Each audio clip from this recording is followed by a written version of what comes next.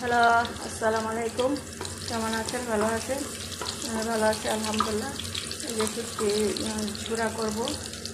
শুটকি ঝুরা পুঁইশাক দিয়ে, পুঁইশাক কুচি কুচি করেছি। এই পুঁইশাক দিয়ে আর এখানে হলুদ গুঁড়ো, এখানে মরিচের গুঁড়ো, আর এখানে হলো রসুন, চেপা, পেঁয়াজ একসাথে ব্লেন্ড করে ফেলছি।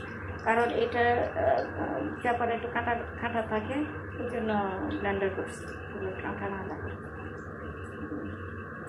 দেখেন বিসমিল্লাহ।